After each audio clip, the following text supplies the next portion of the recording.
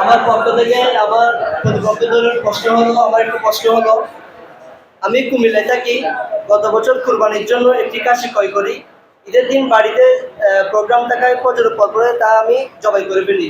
তখন আমি একজন ইমামদের জিজ্ঞেস করলাম, আমার কুরবানিটা সহি হয়েছে কিনা। উনি বলছে যে আপনার কুরবানিটি সহি হয়েছে, কিন্তু আহ, আপনার কুরবানিটি সহি হয়েছে। উনি উনি ওনার কথাটা সঠিক কিনা আমাকে জানিয়ে বাধিত করবে। আমি কুমিল্লায় থাকি। গত বছর কুরবানির জন্য একটি খাসি ক্রয় করি। ঈদের দিন বাড়িতে প্রোগ্রাম থাকায় ফজরের পর পরে তা আমি কুরবানির পশুটা জবাই করে ফেলি। তখন কোথাও ঈদের নামাজ আদায় হয়নি। আমি একজন ইমাম থেকে জিজ্ঞেস করলাম, ওর কুরবানিটা কি সহি হয়েছে কিনা। উনি বললো ওর কুরবানিটা সহি হয়ে গেছে, কিন্তু আমি এখন ইমামের কথাটা সহি হয়েছে কিনা এটা আমাকে জানিয়ে জানিয়ে দিলে উপকারী হবো।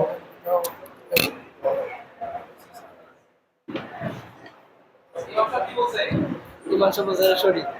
এখন ইমামের কথা কি সঠিক কিনা এটা আমাকে ইমাম সঠিক বলছে। জি, কিন্তু এটা সঠিক কিনা। ঠিক আছে।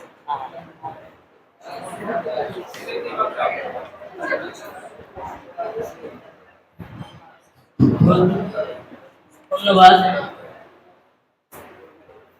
এত সুন্দর একটি প্রশ্ন করার জন্য। আমার ভাই প্রশ্ন করেছেন, তিনি কুমিল্লায় থাকেন। তার তার একটি বিশেষ প্রোগ্রাম থাকার কারণে, যেহেতু তিনি অনেক ব্যস্ত মানুষ, তার অনেক প্রোগ্রাম আছে, তার প্রোগ্রাম থাকার কারণে তিনি কুরবানির নামাজের আগেই তার পশুটি সবাই করে ফেলেছেন। তিনি তার পশুটি জবাই করে ফেলেছেন এবং পরবর্তীতে তিনি ইমাম সাহেবের কাছে এই ফতোয়াটি জানতে চাইলে ইমাম সাহেব বলেছে তার কুরবানিটি সহি হয়েছে। এবং সেই ক্ষেত্রে মাসালাটি হলো, ইমাম সাহেব যিনি বলেছেন তিনি সঠিক বলেননি, তিনি ভুল বলেছেন, সেই কুরবানিটি সঠিক হয়নি তার। কেননা তিনি ঈদুল আজহার নামাজের পূর্বে কুরবানি করে ফেলেছেন। এবং আমরা যদি রাসূল সাল্লাল্লাহু আলাইহি ওয়াসাল্লামের হাদিসের দিকে দেখি, তাহলে আমরা দেখতে পাই রাসূল সাল্লাল্লাহু আলাইহি ওয়াসাল্লাম বলেন, তো তোমাদের মধ্যে যখন কেউ ঈদুল আজহার নামাজের পূর্বে কুরবানি করবে, সেই কুরবানিটা হবে তার নিজের জন্য, কুরবানির উদ্দেশ্য নয়। আর যদি সে নামাজের পরে কুরবানি করে তাহলে তার তার তার কুরবানিটি সহিহ হবে। এবং এবং আমরা এখানে অন্য একটি হাদিস বর্ণিত হয়েছে।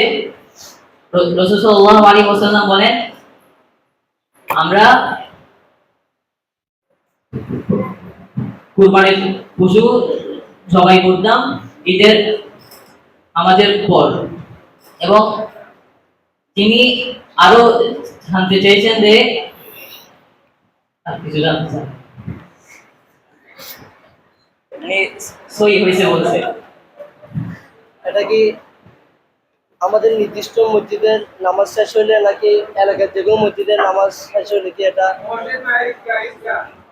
মানে ঈদগাহ, মানে এটা কি আমাদের? আপনি প্রশ্নতে উল্লেখ করেছেন যিনি তার এলাকার নামাজ শেষ হওয়ার পূর্বেই তিনি যেহেতু কুরবানিটা করে ফেলেছেন, তাহলে ইয়া হবে, সহি হবে না।